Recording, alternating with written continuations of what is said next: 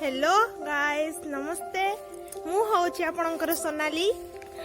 आज आम पुस्तुराणी पत्र पिठा करने को जाऊँ से आम पुस्तुराणी पत्र तोली आसचु। देखु पुस्तुराणी गछकु ये हूँ तार पत्र। आज या आम एक स्वादिष्ट पिठा करवा चलतु या तोलिबा।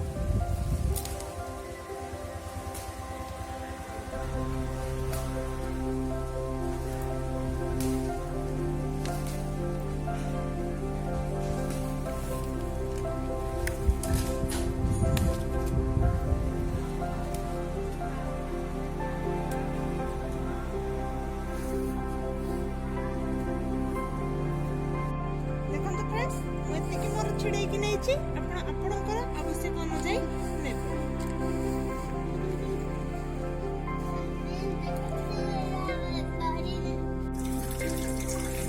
आम पुष्टराणी पत्र को धोई नवा भल भाव। पशुराणी पत्र पिठा तैयारी करने आवश्यक सामग्री गुड़िक है पशुराणी पत्र जहाँ मुझे भल भाव धोई देछि, 2 कप उषुना चाउल जहाँ को 2-3 घंटा पूर्व मु बतुरेकी रखी, स्वाद अनुसार लुण एवं पिठा तैयारी करने सरिष तेल। ये पिठाटी आमर मात्र एतिक सामग्री रे ही तैयारी होइछि। आउ ए पिठाटी आमर बात रोग पाई खूब लाभदायक अटे। आपण घरे तैयारी करि पारिबे। आपण आपणक घरे याको निश्चिंत तैयारी करके खाआନ୍ତୁ। आमे चाउल को ग्राइंडिंग करबा।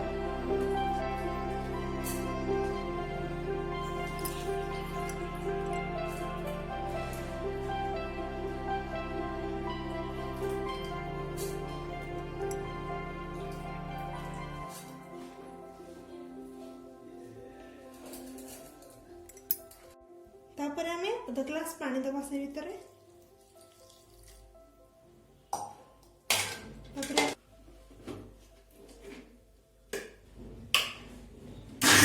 देखो तो आमे याको भल भाव ग्राइंडिंग करने आ पत्रटी को भी भल भाव ग्राइंडिंग करने एबे दुईटी जाको भी भल भाव मिसाई दबा।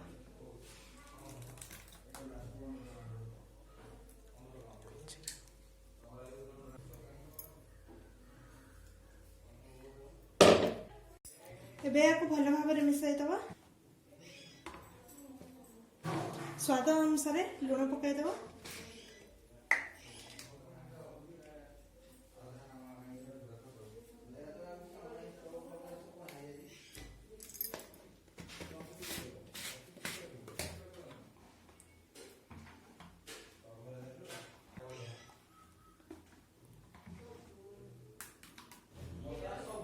तापर आमे तावाटी को बसाई दबा।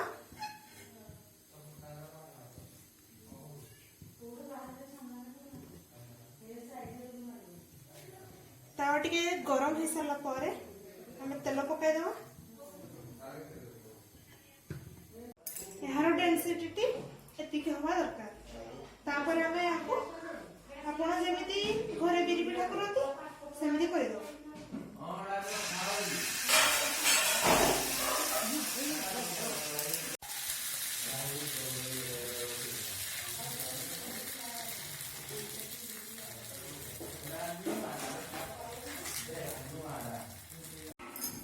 तो चारि पाखरे टिके तेल पकई दबा।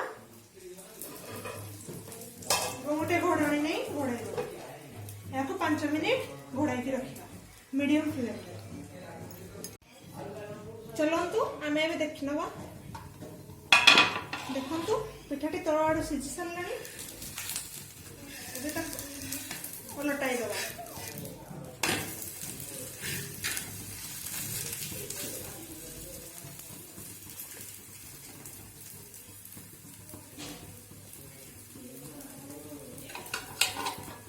पुणी 2 मिनिट घोड़ाई दबा।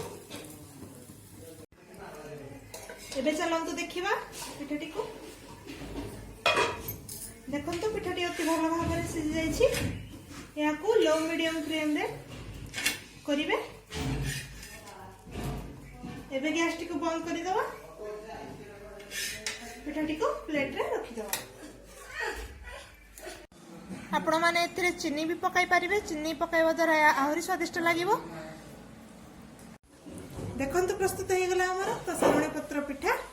आपण निश्चय घर ट्राई करिवे एवं लाइक शेयर कमेंट करने को भूलिबे नहीं। आउ सब्सक्राइब निश्चित भाव में करिवे। मु रहिली धन्यवाद।